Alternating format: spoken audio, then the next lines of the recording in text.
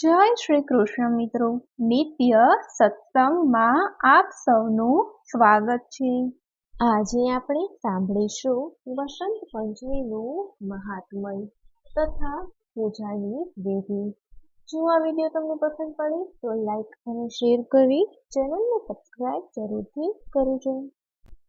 વસંત પંચમીના આગમનની સાથે જ પ્રાણીઓમાં, વનસ્પતિઓમાં, મનુષ્યોમાં અને સૃષ્ટિની તમામ રચનાઓમાં બહારનું મોસમ ખીલી ઉઠે છે। તમામમાં નવી ચેતના અને ઉર્જા સંચાય છે। પ્રાચીન કાળથી જ જ્ઞાન અને કળાની દેવી મા શારદા સરસ્વતીને ગણવામાં આવે છે, જે લોકોની વિદ્યા અને સંસ્કૃત તથા સંગીતને પ્રેમ કરે છે તેનો આ ઉમંગભર્યો તહેવાર ગણાય છે। જેમ સૈનિકો માટે શસ્ત્ર પૂજન માટે વિજયાદશમી ગણાય છે, શાસ્ત્રો તથા ગુરુ પાસેથી વિદ્યા પ્રાપ્ત કરવા માટે વ્યાસ પૂર્ણિમા એટલે કે ગુરુ પૂર્ણિમા છે, તેવું જ કલાકારો તથા સંગીત અને વિદ્યાના આરાધકો માટે વસંત પંચમીનું મહત્વ છે। કલાકારો માટે પણ આ તેની આરાધના કરવાનો દિવસ વસંત પંચમી જ છે। ભગવાન શ્રી કૃષ્ણએ માતા સરસ્વતીને વરદાન આપ્યું હતું કે વસંત પંચમીને દિવસે તમારી પૂજા તથા અર્ચના કરવામાં આવશે। આથી જ આ દિવસે લોકોમાં સરસ્વતીનું પૂજન, સ્મરણ, સ્તુતિ, ગાયન આદિ દ્વારા વસંત પંચમીની ઉજવણી કરાય છે।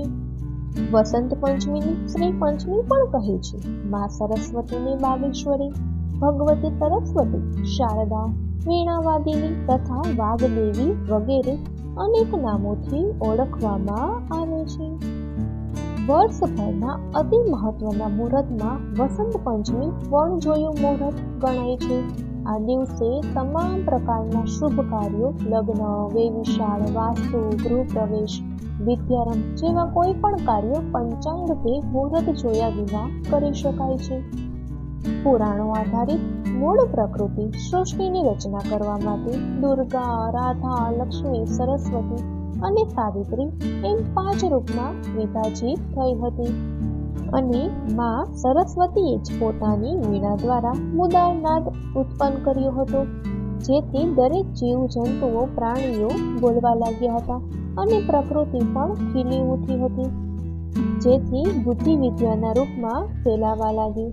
આ શુભ દિવસે મા સરસ્વતીનો પ્રાદુર્ભાવ થયો હતો અને તે દિવસને વસંત પંચમી તરીકે પ્રસિદ્ધ થવા લાગ્યું। આ દિવસે ભક્તો મા સરસ્વતીને પ્રાર્થના કરે છે કે હે મા શારદા, વિકારો મુજ આરાધના, કર જોડીને કરો હું તુજને વંદન મા શારદા। ભગવદ્ ગીતાના 10મા અધ્યાયમાં ભગવાન શ્રી કૃષ્ણ અર્જુનને પોતાની વિભૂતિઓનું વર્ણન કહે છે, જે અધ્યાયનું નામ પણ વિભૂતિ યોગ જ આપવામાં આવ્યું છે। ભગવાન કહે છે કે મારી ઉત્પત્તિ એટલે કે અવતાર ધારણ કરવાની અલૌકિક લીલાને નથી દેવતા જાણતા કે નથી મહર્ષિઓ જાણતા, કારણ કે તે સર્વનું આદિ કારણ હું જ છું। જગતમાં જે વિભૂતિ યુક્ત એટલે કે ઐશ્વર્યયુક્ત, શોભાયુક્ત અને શક્તિયુક્ત પદાર્થ છે એને તું મારા તેજના અંશથી જ અભિવ્યક્ત થયેલ સમજ।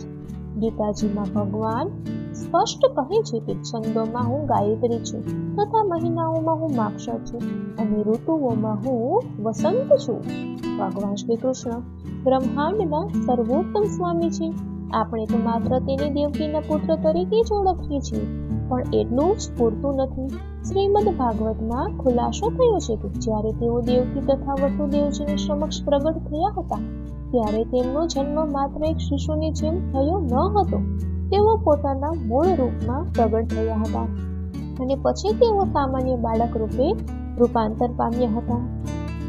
શ્રીમદ ભગવદ્ ગીતામાં વસંત ઋતુને કુસુમાકાર ઋતુ તરીકે વર્ણવેલ છે। શિયાળાના અંતિમ તબક્કામાં વસંત ઋતુનો અનુભવ આપણે કરીએ છીએ। માતા સરસ્વતીનો આ દિવસ વસંત પંચમી છે અને મા સરસ્વતીનું આપણે પૂજન કરીએ છીએ। આ દિવસને મદન પંચમી પણ કહેવાય છે। શુભ કાર્યો માટે, વિદ્યાર્થીઓ માટે આ દિવસ અતિ શુભ ગણાય છે। વસંતમાં સૂર્યના કિરણો પીગળે છે। વસંતમાં કફ પ્રકોપે છે। વસંત ઋતુ શિયાળો અને ઉનાળોની વચ્ચે આવે છે। વસંત ઋતુમાં વરસાદ વગર જ વૃક્ષો, લતાઓ વગેરે પત્ર પુષ્પોથી મુક્ત થઈ જાય છે. આ ઋતુમાં અધિક ગરમી કે અધિક ઠંડી હોતી નથી. આને આહ્લાદક ઋતુ કહેવાય છે. ભારતના લોકો આ ઋતુમાં અતિ પ્રસન્ન હોય છે અને વિશ્વભરમાં વસંત ઋતુ સૌને જ પસંદ હોય છે, કારણ કે વસંત ઋતુમાં વાતાવરણ આહ્લાદક પ્રસન્ન હોય છે. વૃક્ષોમાં પુષ્પોની બહાર આવે છે. વસંતમાં શ્રી કૃષ્ણની લીલાઓ સંબંધી અનેક ઉત્સવોની પણ ઉજવણી થાય છે. સરસ્વતી માતાનું પૂજન થાય છે. આથી સર્વે ઋતુઓમાં આ ઋતુ સૌથી શ્રેષ્ઠ ગણાય છે. આ ઋતુની ગણના ભારતીય સંસ્કૃતિના મહાપર્વમાં થાય છે. તો મિત્રો, આ હતું વસંત પંચમીનું મહાત્મ્ય. જો આ માહિતી તમને પસંદ પડી હોય તો વિડીયોને લાઈક અને શેર કરી ચેનલને સબસ્ક્રાઇબ જરૂરથી કરજો. જય શ્રી કૃષ્ણ.